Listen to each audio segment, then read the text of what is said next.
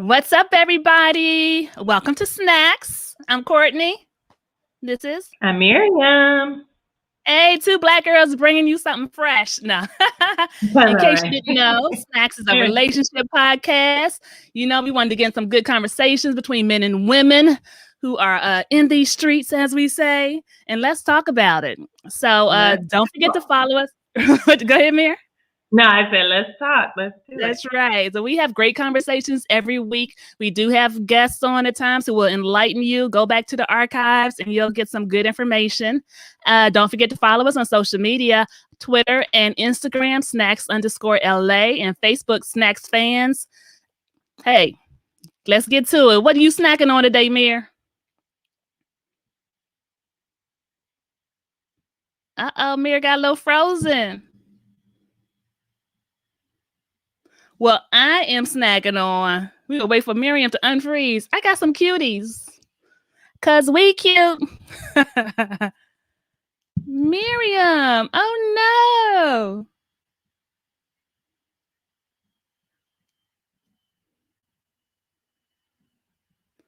I wonder if I end this broadcast, can I start it again? All right, she's going to rejoin us. So I'm eating some cuties, trying to keep it healthy. Because the girl been eating. I had some chocolate chip cookies, the hot ones you put in the oven last night. Don't think I'm I'm the best chick. Hey, Loretta. What's up, girl? How you doing? You good? You good? You good? Left the people to come in. Yes, I can. What? Allie. My little niece in the building. Y'all, we're going to get into Jlo and alleged breakup, whatever. But they made a statement this morning, said they're going to work it out. So we're going to talk about that. I don't know if y'all heard the... there she is. Sorry, I was having internet issues. That's okay. It was me last week. I know, right? Crazy. Well, where did you leave off? Where were we? I was just about to start and just say what we were going to do on the show. I was saying we're going to talk about Jlo. We're going to dip real quick into who did I just tell you? The son? Oh, Kirk Franklin's son. Yeah, he just released a video of getting cussed out by Kirk Franklin. So we're going to touch on that. Oh, thanks, Allie. Okay. And then hi, Allie. Our main topic. We celebrating Women's Month, and we're going to get into some, we each pick some special women, and we're going to get into some, the main thing is what? Men. Yeah, the questions that men have asked us. Yes. These are good questions that we've heard for a long time. I mean, some of them is just like, y'all still don't know the answer to this question, but we're going to answer it anyway. But Miriam, what you snacking on? I was saying I'm snacking on some cuties. Oh, I love cuties. Snack. I was snacking on sushi. I love sushi. Is that a snack? Well, it was like leftover from yesterday, so it's not like a whole roll. So I was like, okay, let me just finish this so it's like a snack. Yeah. You're gonna make me want some sushi, yeah. You know, Lauren was crying the other day because she couldn't have sushi. I say, what kind of bougie child am I? That's Miriam's 5-year-old daughter, for those who don't know. She couldn't have sushi and cried. I want sushi. I was like, oh gosh. What am I raising on? But anyway. Yikes. Yeah.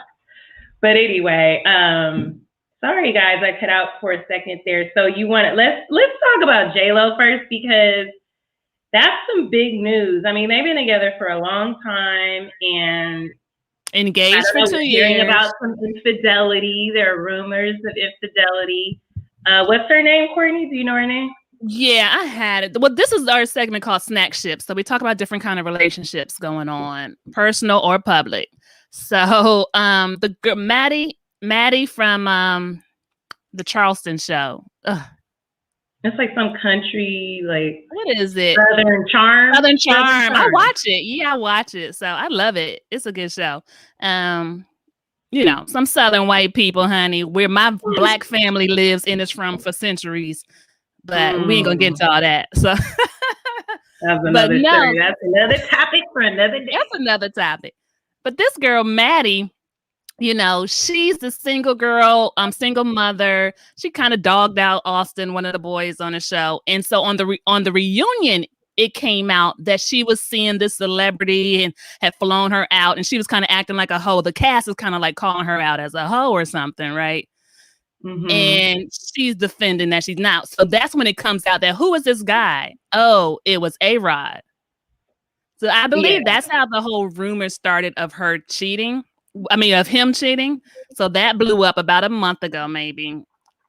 And now Jlo was reportedly as like, I trust A-Rod more than any guy I've ever dated, and we're fine. You know, I don't believe that rumors and everything. And Loretta said, girl, Jlo is like the runaway bride. I know that's right. So is. That's funny. So what do She's you been engaged like what, 4 times? Married or engaged? I mean, she's married been married and engaged. Wasn't she engaged to Ben Affleck? There's been a lot. Diddy, she was never engaged to Diddy though, right? No. They were just together for a while. Yeah. Went back with Mark Anthony, the first husband. I mean, you know, she keep an active life. I'm happy for her. I should have done it like that. Get it in, Jlo. Get it in. A friend of mine did tell me. She was like, you should at least try to be married once in your lifetime. Definitely. At least once. And then if it don't work, yeah, you can be single for the rest of your life, but just try it one time. My sister used to say first time for love, second time for money. That's what they say. Yeah. At least twice, huh? But we learned last week we can't do it for the money. So you can do it for the second or third time for the money. Go back and watch it. Yeah, go back and watch. But I really love Jlo and A-Rod. I think a lot of people do. They look good.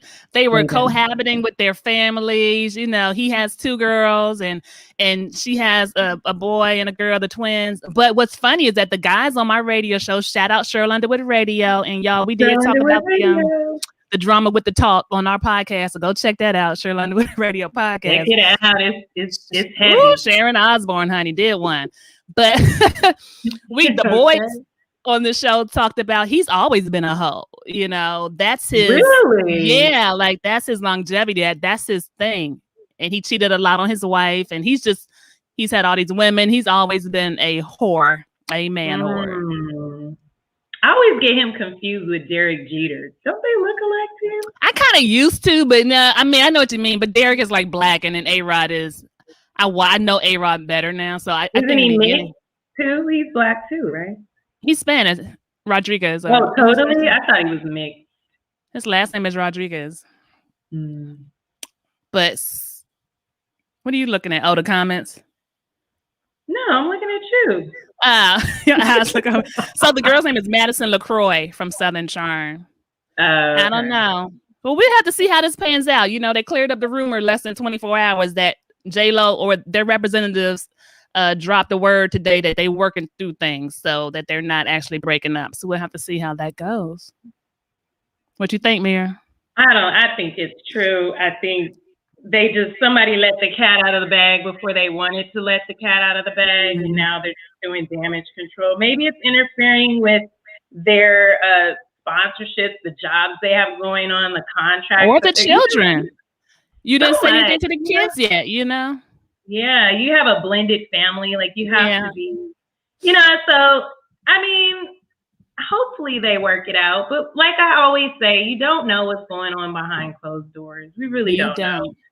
So it's like, I don't know these people. They could be, you know, I just don't. And so, I mean, they look happy. I agree. They look like the perfect couple, and they seem like they have a lot going on for themselves. And together, they seem to be making great business moves. So I hope they get back together or stay together. But I believe but at the same time, don't stay in the unhealthy relationship. You know what I mean? If he's doing wrong, she gotta go. I mean, come on, life is short. Gotta go. She's too. I mean, she could have so many other men. Like, come on.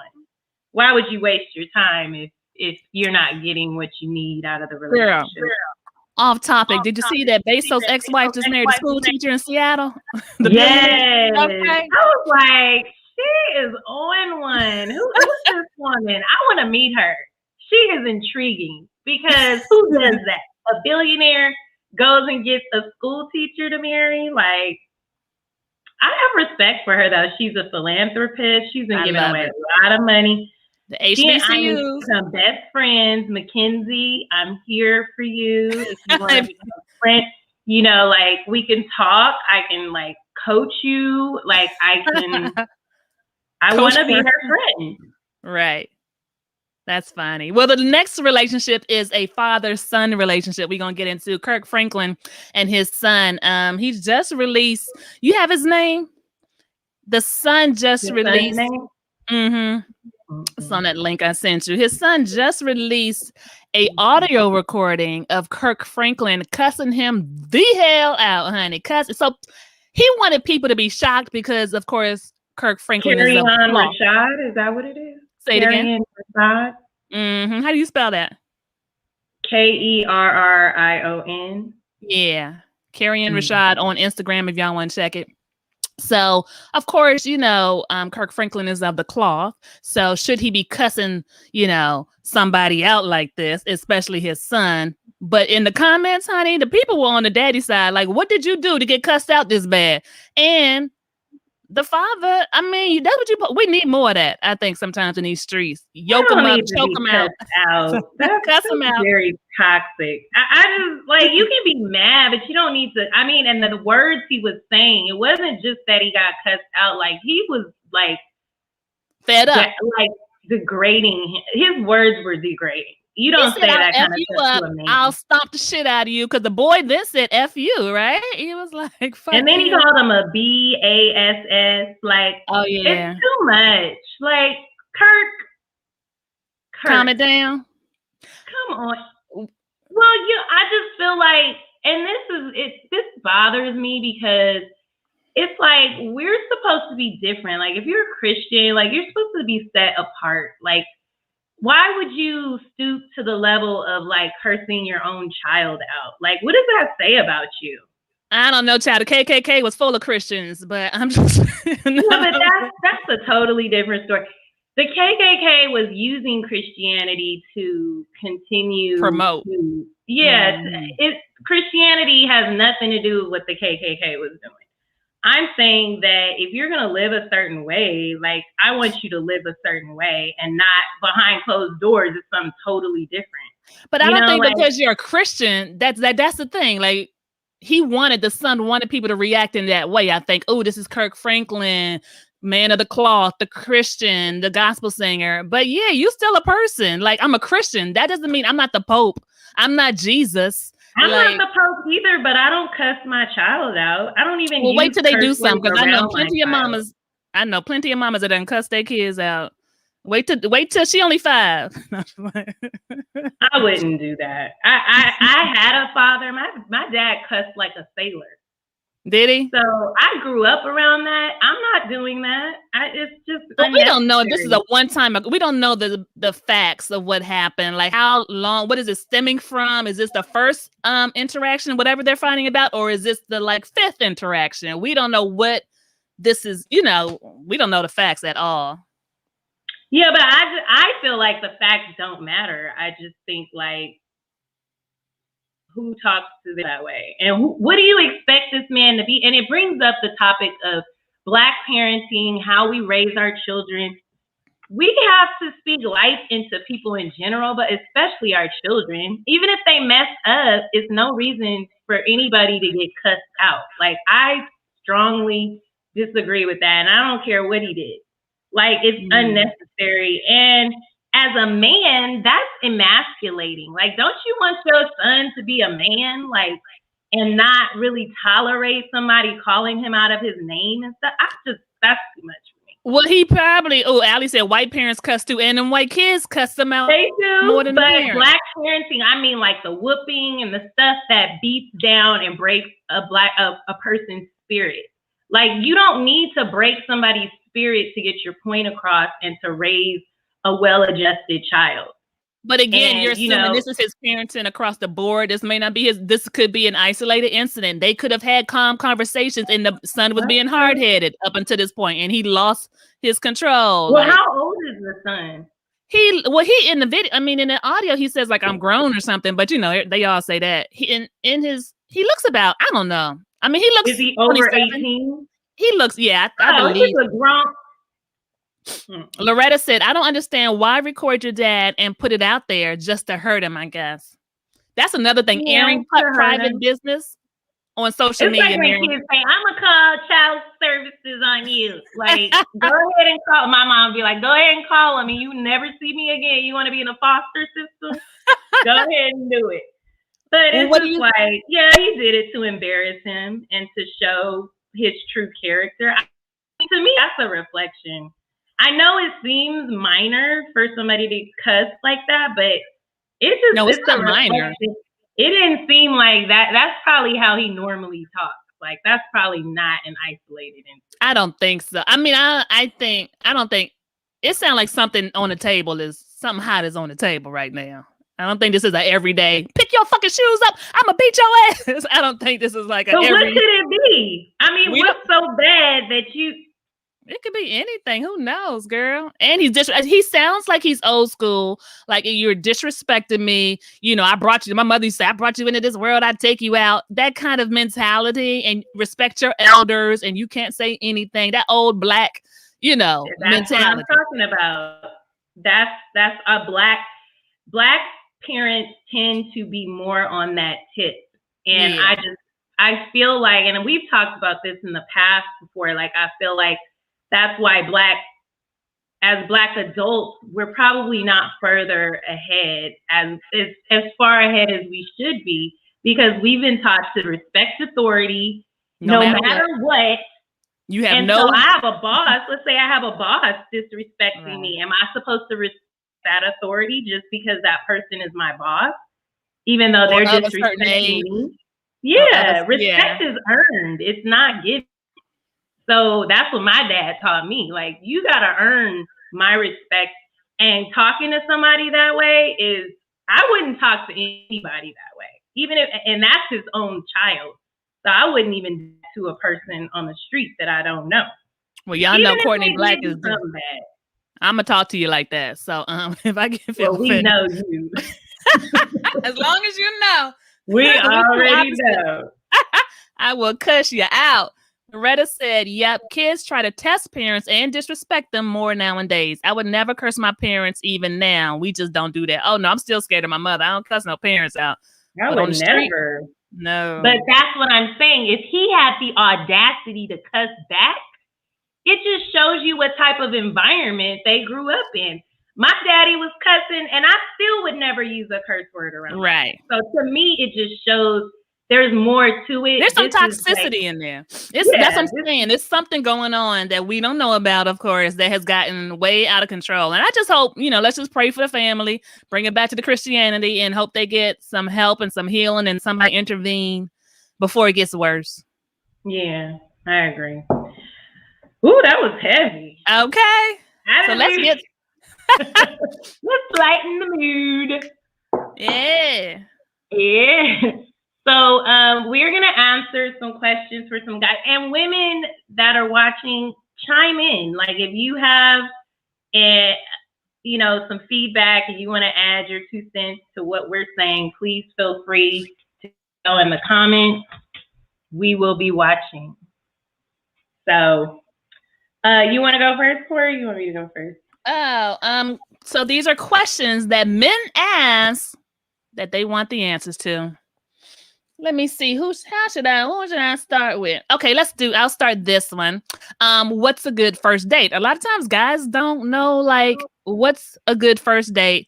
And this is pre and post pandemic. Of course things have changed now.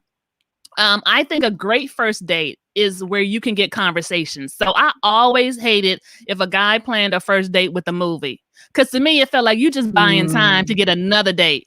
You know what I'm saying? Don't trick me into trying to get another. I need to see who you are. You think he's thinking ahead? Yes. You trying to get another date because I don't know shit about you. We said, hey, what's up? Hey, like we had 5 words. And then after the movie, that was a good movie. And then it's like, okay, bye. Like, no, I need those 2 hours to be spent in conversation. So dinner. But wouldn't you say that before you even go on a date, we had a lot of conversation, right?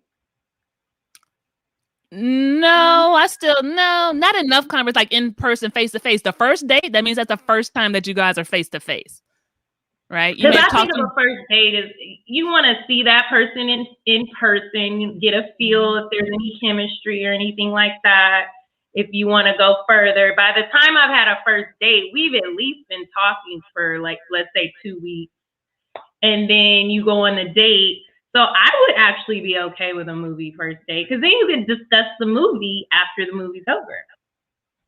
I don't want to discuss the movie. I want to discuss us. I want to see who you are and what we talking about. Like, I want conversation. Yeah. I want to discuss us. Yeah. Because sometimes it depends. Like, sometimes maybe you did have conversations, but work schedules or people's personality, you might not get deep over the phone. You know, you get more deeper in person, I believe, as opposed to on the phone. So, yeah, that's my kind of thing. I like dinners, especially because I am a foodie. But let's say, you know, pockets ain't right, or even now, pandemic places are closed. Still something outdoors. You can go to a park. You can go hiking, like hiking, and we'll have great conversation while you're hiking. You know, stuff like that where there's no outside forces. Walking downtown, like in a cute little downtown area, that's cute. Just, you know, stores and all that kind of stuff. I think those are good first dates where you can still talk about what's around you, but also come back and talk about each other. What do you think, Mia? What's a good first date a guy can? I like the restaurants. I love to eat too. So I like a good restaurant. You can have good conversation at a restaurant. But then also, I prefer a first date that's more exciting. Like, I don't necessarily want to talk the whole first date because I feel like I said, if we get to the first date, I've probably talked to you for a while. I kind of know where you stand on some things. So for me, the first date is more so to get a feel of whether I'm attracted to you, whether we're attracted to each other, how you move, how you treat other people. I want to see him interact with other people, like at a restaurant, you know. So yeah, I would say restaurant and maybe like doing something fun, because that, you know what it does, Courtney? Why I like it, it bonds you to the person. So like, you know, when you go out on a date with somebody, you do something fun, like maybe a hike, or you do like an activity like bowling or something. Yeah, bowling is fun. I love bowling. Where you can be competitive and kind of cute and touch each other a little bit. I like that. I like that I want too. to do something exciting. I would prefer. Yeah, I'm with that. That's good. But what about what date shouldn't a guy not suggest? On the first date, you want to Netflix and chill? No. I'll be like, no cooking at the house. I don't want to come to your house yet. Can he come to your house? No cooking. Nobody's cooking at anybody's house. She said nobody's cooking it. You have to be out, because people be asking me to cook because I can cook, but I don't want to cook. Girl, me I don't want to work on my first date. Order got to in, earn these cooking skills. First of all, you can order in, but I would suggest staying out of the house because things can happen and progress too quickly. Plus, excuse me, you don't know if they're crazy or not, and you really don't want them to know where you live, ladies, that early in the game. Just a FYI. Just to be safe, yeah. Other dates that should not be done. I mean, there really isn't a lot that's off the table for me, I guess. As long as we're having fun and we're able to interact with each other, I really don't. How do you feel about a guy saying, "Oh, you decide"? He asked you on a date, but he's like, "Not what do you want to do, but you pick it." That happened to me one time. And here's my issue. So he was like, "Oh, just pick a restaurant or whatever." And I was like, "I don't really want to, because what if I pick something and it's not in your price range, and then you're going to be looking at me crazy?" And it's like, no, I would rather you pick. But he insisted that I pick. So I picked the place, and guess what happened? Well, where'd you pick on the scale? Was it expensive, medium, or a taco stand? It was like in the middle. I wouldn't pick like a crazy expensive place, but I liked it because it was intimate. It was, a small place where you wouldn't hear a lot of voices. It wouldn't be a lot of noise. So you could talk. To just talk. Yeah. So if he asked me to plan something, I don't think I would like that. I don't like that. The last person I dated, kudos to him. I think he did dating correctly. Like, he planned the dates. They were very well planned. And I didn't really have to do anything but show up. I like that. I like those dates. So what happened with the guy with the restaurant? You didn't finish. Oh, he got mad at me for picking the restaurant. He was like, this is what he did. He was like, yeah, I just hope you don't get used to this, because this is not normally what I do. I don't wine and dine. Oh. And I'm like, well, what is that? I mean, what are you? What? Why am I here? He said, I don't wine and dine. Really angry. And I was like, first of all, you choose the restaurant. Right. So you can't get mad at me for choosing a nice place. I'm used to going nice places. Like, if you want to go to Cheesecake Factory, you could have easily said, let's go to Cheesecake Factory. Right. I'm fine with that. But you made me choose. So don't get mad when it's something either you don't want to do or it's too expensive for you. Don't do it. So did you guys go on a second date? No, absolutely not. So hopefully he learned a lesson through that, and he'll never ask a girl, we'll pick the restaurant. It's a lesson in everything. Lesson. Remember that? What was that from? What? Was that from a Living Color, or? I don't know. They'd be like, lesson. So anyway. What question do you have? So this is one that we've explored in the past. Do girls really like nice guys?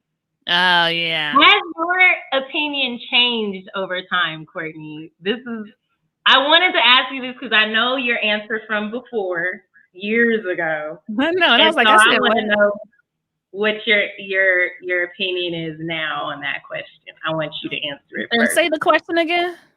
Do girls really like nice guys? Oh, remember we were talking about, do nice guys finish last? That was the topic that we discussed. Todd Lynch said that was a message from Wayans Brothers. I guess listen. Wayans Brothers. Oh yeah. Okay, Wayans Brothers. Do nice guys finish last? Nice. I think girls, I mean, you know, I like a little bad boy in me. I will say that. But I like a professional bad boy. I like what you say? You ain't changed one bit. That's what I said before. I like a boy that worked his way out the hood to the boardroom. You know what I mean? He knows the street. How often does that happen? I know a lot of them. Yeah, like my eyebrow raise. I'm doing the eyebrow right now. Or they know they're not oblivious to the blackness. But as I am older, I do, nice guys are good. But how nice? I don't like You said how nice. How nice? Because you can be too nice. I had a boyfriend, he was getting on my nerve. What was he saying this one incident? Was it okay? Like, okay. I said, stop saying okay, like, or yes, or something. And he's like, okay. And I was like, oh my gosh. I just yelled at him. But that's not, that's not nice.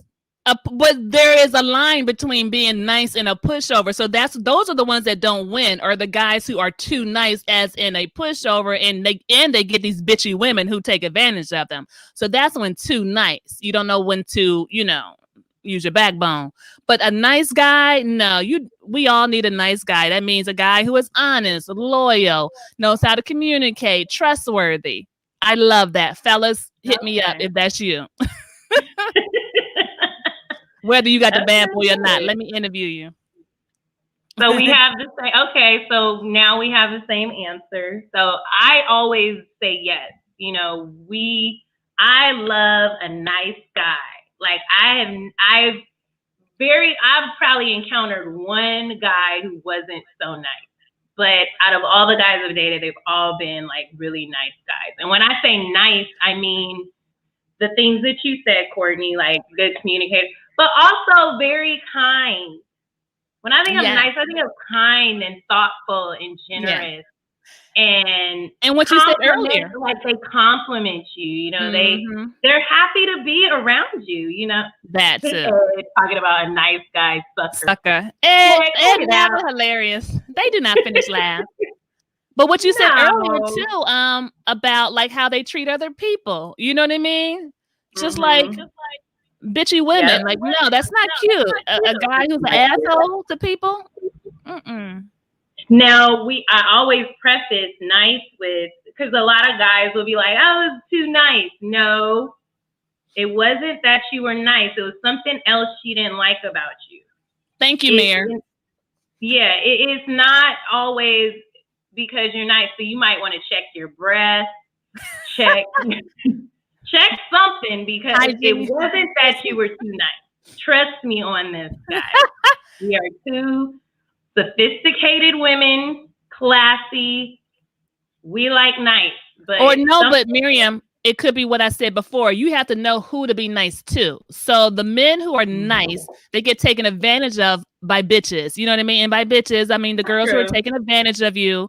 So as a man, you have to have your radar up, and you just can't be giving to everybody. Everyone doesn't deserve your niceness. So and you have to be careful about the type of women that you're going after. Yeah. I think a lot of men, unfortunately, go after looks before they think about anything else. And it's like, looks pale. I mean, in terms of what you want and need in a partner, looks, I mean, I understand men are visual creatures. Right. But I think when it comes to trying to find a long-term partner, looks should not be that big of a deal where you're willing to like put your pride aside if she's emasculating you and disrespecting you, and you're still going to deal with it just because she's fine. Like, that's on you. So what type of women are you attracting? Let's start there. And then ask yourself why. Why am I attracting women who disrespect me? Or going after those women. They're not even attracted to you, but you may be going after them and, and inviting that into your life. Instead of like, she blew you off. Oh, I'm going to just keep trying because women like that. And that's a good one because that leads into one of my other questions. Right. Or one of mine. Go ahead. What's your question? Does it? Do women still play hard to get? Oh. I believe that women do not really play hard to get. If you're on I know you might disagree. What's hard to get? Let's describe hard to get. If you like a guy, you're going to act like you don't like him or be aloof and not really, give him the time of day, kind of make him chase or whatever. Mm-hmm. But in recent years, most advice that I've heard says men should not be chasing women. Men should be, I think the woman and the man need to be on the same page. You agree that men shouldn't be chasing women? No, they shouldn't. Oh. Because if you're chasing her, that means she really doesn't want you. No, that's not what it means. Hard to get, if she can play, Courtney, if you were with a dude that you really, really like, are you going to be acting like you don't like him? I do act cool. I don't want to act like, no, you don't. Oh my God. Courtney, stop right there. Because you said, we all do. Like, I get nervous around a guy that I like. I'm not sitting there trying to play games and act cool. I can't act cool because I like him. So I just don't see how you're going to act cool when you really like this guy. You're not going to pretend like you don't like him. I just don't see that happening. Well, I know if somebody likes you too much up front. I've gotten turned off by that. It's like, whoa, you say something crazy. I'm saying you like this guy. I'm not. But I'm saying But I'm saying when you like someone, if you're showing it, like it can come off like, oh, I can't wait till we have babies and we're gonna be married. Like that's how I'm liking. So no, you need to play cool a little bit. That's extreme. That's an extreme example. But I'm saying like you meet a guy you really, really like. Let's think of the guy, let's say the guy you were last in love with, right? Think of him when you first met him, you really liked him and you wanted him to like you. You weren't trying to like, oh, I'm busy today. I don't have time for that. No, but I'm not calling you right away. I'm playing it cool. Like I'm gonna finish my work before I call you. I'm not like stopping my stuff that I'm doing to be like, hey. Well, I'm not saying be thirsty. I'm just saying you're gonna show him that you like him. You're not gonna act like you don't like him. I'm still chill. I don't know. I think if she's acting like she doesn't like you, she doesn't like you. Well, I don't think she has to act like she doesn't like you. I think like that's on the whole opposite spectrum. So you have act like you like you, act like you like him, act like you don't like him. But in the middle, you can just play neutral. Well, And what's your definition of playing hard to get? That's where it seems like we differ. Like, to me, playing hard to get is like you're literally saying or acting like you don't like this person or they can't get you. So, well, I think what is your definition of playing hard to get? I think people play hard to get when they still like somebody. If you don't like them, then you're not even playing. Like, but what is playing hard to get? So playing hard to get, maybe, and I don't do this, but I'm just saying these are what playing hard to get. Not calling back or saying I'm not gonna call you back for 5 days or whatever these silly rules are, or I'm, just not being available. Let's just say playing hard to get is being not available on different levels and different scenarios when you really are. So, but then sometimes you can miss that window and be like, damn, I played it. So like a young girl would be like, oh my God, I was acting hard to get. And then I had a girlfriend do that. And she's like, then I missed the window because the guy did, like, you took 5 days, chick. Like, No, that's what I'm saying. Todd, you wrote a really good message. You said, I've been married for 30 years because my wife said on the 3rd date, I like you and you like me, so let's not play games and let's see what God does. So refreshing and cool. And I agree. Like, just let them know you like them. Like, what girl would not? I mean, who cares? I mean, I just don't see the point of playing hard to get. It's pointless. And I don't know a lot of women that play hard to get. It's like, if she likes you, you're going to know it. And well, I've told a guy I liked him and it's worked and it's backfired. So like it was too much. And if it's too much, then he don't need to be with you. You don't want him anyway. You want a guy where there's mutual, right? The same. But not that it's not mutual. It's just that it throws you off early. I've been told that, and you're like, well, wait, where's this going? And I'm like, what do you mean where it's going? It's like we had 3 conversations. Like I don't like. So it's sometimes it can be off-putting if it's like it depends on how much conversation. Brings up a good point. She's saying her definition of playing hard to get is she's making them put forth an effort, more effort. More effort. Are you saying more effort than you're putting in? Yeah. Yeah. Making them put more effort. That's true. I think it has to equate the effort. You have to show. And I mean, even male, who was the male dating guy, relationship guy? He still said that if a guy puts, let's say it's 10%, you should put, what was it, 40%? Like it was. I match energy. I'm not putting in more or less. So like if his energy not on the is first like, date. Well, let me preface that with, I don't date a guy unless there's a high interest level. Okay. So for you or for him? From you or for him? From a high interest. Like if I don't get that he's super interested in me, I'm not even getting involved with that kind of guy. Like if he's sporadically texting me. Well, that means you chasing him then, right? The girl is chasing the guy. But no, I'm just saying like a guy has to show that he's interested in me first, right? Then I will match his energy. So if his energy is like, oh, we text every 2 days, that's what I'm going to do. Right. If his energy is like I'm not going to be texting him every day if his thing is texting every 2 days. You see what I'm saying? So I'm going to match his energy. I'm not going to make him put forth more effort than I am, but I'm going to match it. And it's always going to be that way. But it's also you're matching his energy. He's making the first move. So he's not matching. You understand what I'm saying? Like he's matching energy too because they getting their feelings. That's but true. You're matching his energy at what his actions. So that's good because you always end up being in sync. If you both are matching each other's energy, that's good. I agree. So I just match energies. I don't make him put forth more effort. Right, Allie. That's what I'm saying. He's still leading. Like you're matching his energy, and his energy is leading the relationship. Correct. Exactly. I believe that the man kind of sets the tone exactly for the relationship. Yeah. Okay. Yeah. And if you ain't getting what you want, right?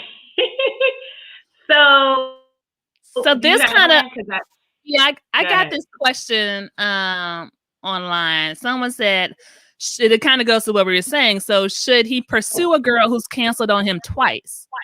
Some people say 3 times, whatever. But so my thing is, what is her excuse? What's her reasoning?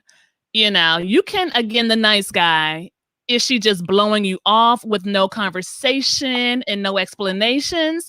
Or is she investing the time to explain and to be sympathetic and be, you know, really, really sincerely apologizing for, and what was the stand-up? Did she like not respond at all, or wait till you drove all the way there and, you know, and then just didn't show up? Like, there are many factors onto that. So I think you should give him another chance. But at the same time, again, it depends how flaky were they. What do you think, Mir? Mir has frozen again. So, all right. So should I pursue the girl who canceled on me twice? What do y'all think? Answering the questions. Should he give her another chance? I think he should, depending, again, what kind of energy did she give him? You got to be able to read people. If they just blowing you off, you can tell if somebody, again, has mutual interest. Maybe you can tell. I know it's still early, but sometimes we let our emotions get the best of us, and we think that they really like us. They really like us. I'm gonna give them another chance, and they weren't feeling you. So it depends on what is the excuse. Because y'all know I be busy, so I may have to cancel. But I like you. If I tell you I like you, where's Ty? What's the guy's name? Let me say, Alex said, nope, don't give him another chance. Ed said, nope, twice and we're done. Oh my God, Allie. Or if he does, then it needs to be a date she plans. Oh, that's interesting. If he gives you the third chance, because he's saying that she's canceled on him twice. If he gives you a third chance, then she needs to plan it. And does she need to pay for it too? Be like, you need to pay for it, girl. I don't know. Let me see. Let him know your toes are twinkling. Hilarious.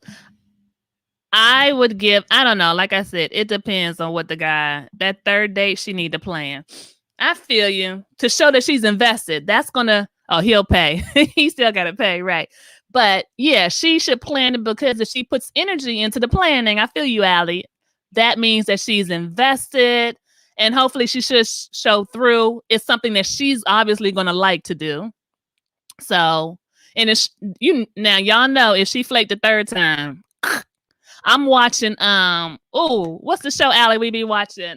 Love After Lockup, honey. The girl Destiny, she is a straight bitch. If you want to know what a nice guy is, who is in the wrong place, watch Destiny, and I forget the guy that she had. So this guy got Destiny out of jail. Destiny completely ran through him, used him for a $50,000 bail, taking money from him, just everything, and then end up getting engaged and married to somebody else, threw a ring at him, but still came back to ask for $40 because she needs some money. And you know what? Destiny ended up back in jail because karma is a bitch. That's right. So nice guys, please have your antennas up and be able to recognize. I don't know how I got back to the nice guys, but giving a girl a third chance. All right, I'm gonna do my question. Does size really matter? Fellas be asking that. Okay, fellas, the short answer is yes, size matters. However, you know, it's some things around that. Okay, not to just say that is the only thing, but I mean, size matters. Let's keep it 100, right?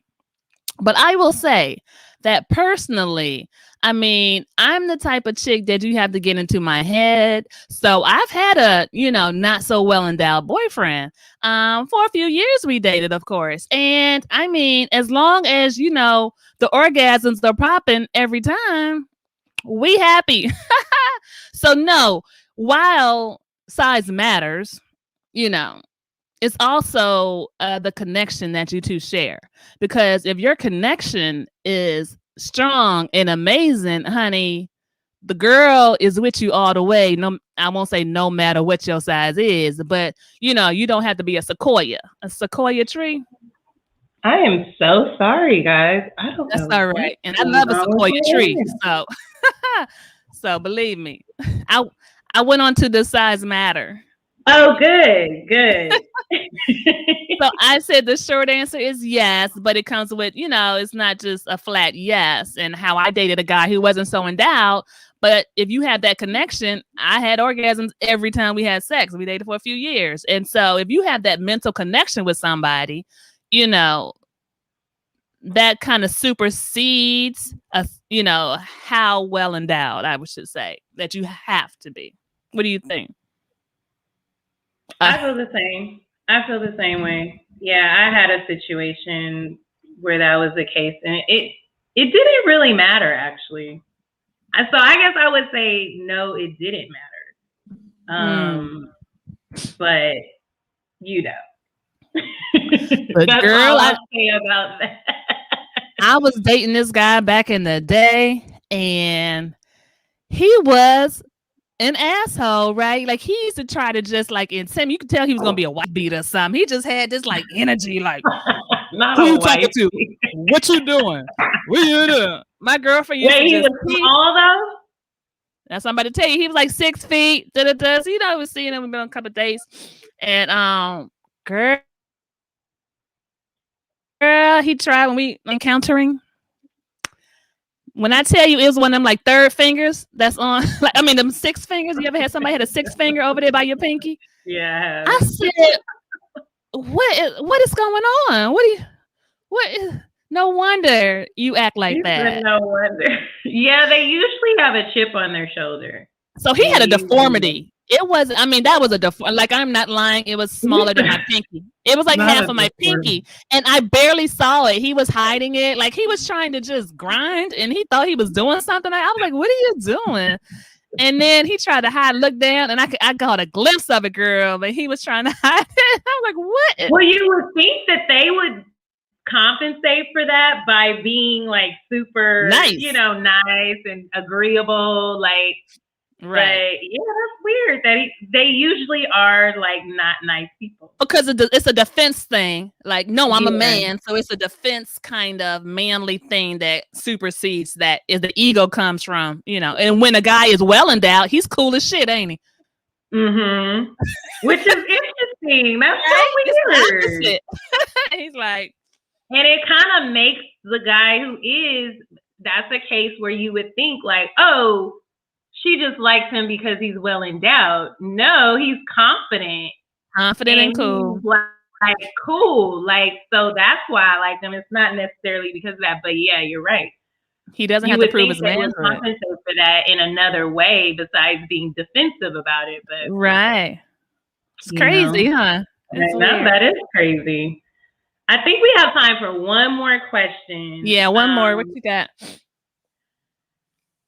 I would say, so how do you know when a woman is interested in you? Because a lot of men are like, so like, let's say you see a woman out and you want to approach her. Like, how would you know before you go over to approach whether she's interested in you or not? Well, it's supposed to be the eyesight, something that I'm super, super bad at. Cheryl Underwood has said that. My other girlfriend used to be able to hold a gaze. I get nervous, girl. I got to look away, but I like you, but I can't look. But I look away, looking in my soul. I have yet to master that 5-second stare or whatever. So, well, it's like this. You go. What was it? You don't have to like have an intense like. No, but you have to keep it there for 3 to 5 seconds. I forget what the thing is, and well, I just wait until he can see that I'm looking, and then I like, oh, look away. So you don't have to hold it that long. It's just like, okay, look away. But they say you're supposed to hold the gaze, and the women I know, they hold it, and it's like it's not intimidated or turned off. Like that's when the guy knows he can walk over. Like I tried, but I did that with a guy that I dated. You would know because we were at a party together, and he was across the room, and I think I did it twice. That's the thing. I think it's continued eye contact. It's not just that one gaze. It's like we were at a party, and he was way over on the other side, and I just was like, oh. And then I looked away, and then after it happened the second time, then he came over and he approached me. Nice. Allie said, yeah, I always gaze too late. Girl, okay? Like, damn. You said I gaze too late. I literally watched my girlfriend gaze this guy all the way to her. Like, he was all the way over at the club. We were at a bar, all the way by the door. Like, he had just walked in and he saw her and she had that gaze and that look. And he went all the way beeline through the crowd straight to her. She held it. I was like, girl, how did you do that? That makes me uncomfortable. I'm so envious. I know. I can't do it. It's creepy to me. Like what are you doing? That's not the gaze. The gaze is a sexy look, not a bug-eyed look. The gaze is like a draw in. Yeah, but how can you do that for a long period of time? I just be like, I can't look at somebody that long in the eye. And that's the thing too. It's so funny. I could always I'm better now that I'm older, but there is several not centuries, what's 10 years, decades where like centuries, damn girl. Centuries where like decades that like I could like if I'm in a group of people or whatever, or you know, like more than one guy, the one guy that I like I can never like look at and talk to or whatever. But the friends or other guys, like I'm laughing and chatting. So they always think that I like their friend, like them. And it's like, no, I like you. You're the one I can't say anything to. I'm like quiet. As soon as he walks over, I'm like, no personality. That's cute. That's funny. Yeah. I'm not like that. I've grown out of that. But yeah, there was a time that went on for a long time. So Miriam, did you freeze again, girl? She'll be a frosty freeze today. So you guys, we're gonna move on. It's almost an hour. So we want to dedicate this last segment to Black women.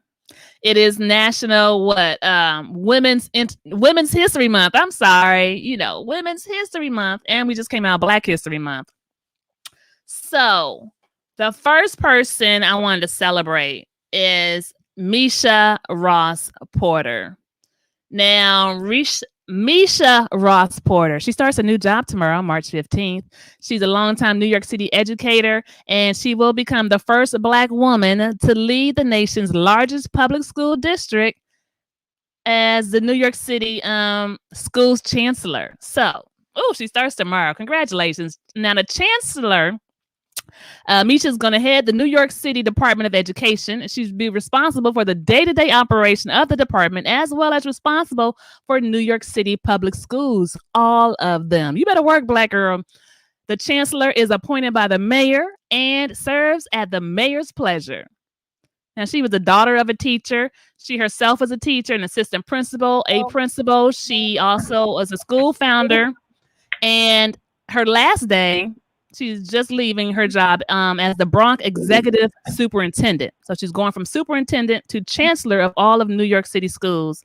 Mayor Bill de Blasio's office stated that since she took over as superintendent of the Bronx schools in 2018, the borough has boosted graduation rates by 5.7%, which is the greatest gain of any borough. So tomorrow, again, she starts as the first Black woman to lead the nation's largest public school as chancellor of New York schools. Congratulations, Misha Ross Porter. Have a great first day tomorrow. My mom is a teacher. My grandmother's a teacher. We got a lot of teachers in our family. I used to substitute teach, I should say. So I really appreciate the teachers, honey. I owe $170,000 in student loan because I got a couple of degrees. So, teachers are a part of people's lives. We love them. And she promises to get y'all back to work. She promises to have the schools open maybe by, she's going to start summer school, she said, and not just for people who fell back, but for everybody since schools weren't open for, COVID, due to COVID. So she has some plans that she's going to implement. I can appreciate that. And Miriam is supposed to go next, but since she is having computer issues, I'm going to go and do my celebration of my grandmother, Honorable Lucille Whipper. All right. That's my girl right here. That's my ace boom. That's my ace. This is my Nana. All right. So I'm going to celebrate my Nana real quick. Let me tell you something, honey. My Nana is established. You bet. What? We got pages on my Nana. I'm going to try to do something. I'm going to try to break this down. All right. It's long, but bear with me because my grandmother is the shiznit, all right? And she's lived a full life and has accomplished much. But every day during Black History Month, you know what the NAN is? National Action Network. They celebrated somebody by saluting them as a bridge over troubled water. And my grandmother was their first honoree. Dr. Lucille S. Whipper, the representative of South Carolina. That's right. So let me start. Let me do some little, College of Charleston. Okay, let me see where I can. It's so much. It's so much. She went to Talladega, Alabama. Talladega College in Alabama. 1944, she was a student activist at her high school, Avery Institute. And her graduating class sought to desegregate the College of Charleston. She's from Charleston, South Carolina. Then she went to Talladega. She continued her graduate education in poli-sci at University of Chicago. Let me see. She organized, her and some others organized a group called Operation Catch Up. And this was the forerunner to Upward Bound programs that we see all over the country. Let me see. Maybe this is Miriam texting me. Hold up, y'all. Hold up. Yes, she is. Lucille. That's right, Allie. Let me see what's going on with Miriam, y'all. Are you still on? Yes, I am. I don't know what's going on. She said, I don't know what's going on. Yeah. So Miriam's trying to work it out. Let me see. She became the first African-American administrator at the College of Charleston in 1972 and developed the college's first affirmative action program, honey. That's right, Nana. That's my Nana. Hey, Mary, you back. I went on and started with the women. We're going to celebrate. Good idea. So she recruited faculty members, alumni, and she organized the Avery Institute of Afro-American History. And this is a nationally recognized archival collections on African-American history. So they have a building there in Charleston. We go, and it's a beautiful little thing she has going with that. She was part of the Democratic Party convention. And this is when she became a state representative. And one thing she really did is help making marital rape a crime. And the other was requiring the monitoring of state agencies and reaching their hiring goals for minorities and females. So my grandmother always been for the cause, for the Black people and for women. You better work. And so as a wife, now she went politics, honey. She was, a civil rights person, then politics. And then she married my granddaddy, Reverend Benjamin J. Whipper, the pastor and extraordinary man all himself. He worked with Martin Luther King and all that kind of stuff. He has marched with him.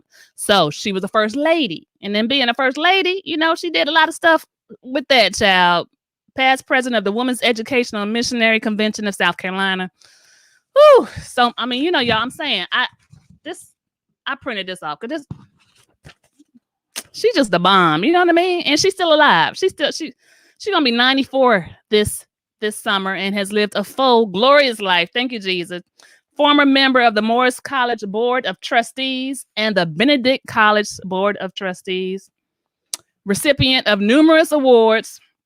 She got an honorary doctorate from Morris College, University of Charleston, Legislator of the Year. How about this? Okay, this one I did not know. In November 27 issue of Charleston Magazine, Miss Whipper was listed as one of Charleston's 100 most influential since 1670. That shit blew my mind. The year 1670, usually you hear 1900 to 2000s. You know what I mean? Okay, 1800. Child, my grandmother was named Charleston's top 100 most influential people in a racist city.